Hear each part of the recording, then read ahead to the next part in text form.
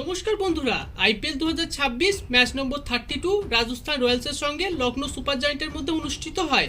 ম্যাচটি রাজস্থান রয়্যালস 40 রানে জয় পায়। প্রথমে ব্যাট করে রাজস্থান রয়্যালস 159 রান সংগ্রহ করে 6 উইকেটের বিনিময়ে। আরআরের শুরুটা হয় খুব খারাপভাবে, ওপেনাররা ভালো রান করতে পারেনি। এছাড়া দলের হয়ে তেমন কেউই ভালো রান করতে পারেনি। রবীন্দ্র জাদেজা দলের সর্বোচ্চ রান করে 43।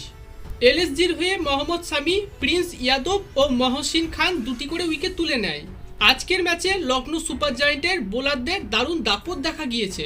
জবাবে ব্যাট করতে নেমে এলএসজির ব্যাটাররা 119 রানেই অল আউট হয়ে যায়। লখনৌ সুপার জায়ান্টের শুরুটা হয় খুব খারাপভাবে, ওপেনাররা ভালো রান করতে পারেনি, শুধুমাত্র মিচেল মার্শ একটু চেষ্টা করেছিলেন। এলএসজির হয়ে কোনো ব্যাটসম্যানই ভালো পারফরমেন্স করতে পারেনি। দলের হয়ে সর্বোচ্চ রান করে ওপেনার মিচেল মার্শ 55।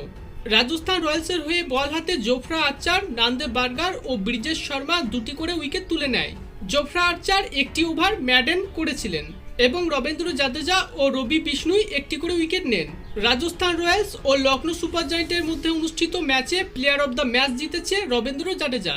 আইপিএল 2026-এর বর্তমান পয়েন্ট টেবিলে রাজস্থান রয়্যালস 2 নম্বরে ও লখনৌ সুপার জায়ান্ট 9 নম্বরে রয়েছে।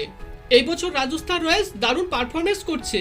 আইপিএল 2026-এ যদি চ্যাম্পিয়ন হয় তাহলে অবাক হওয়ার মতো কিছু নেই।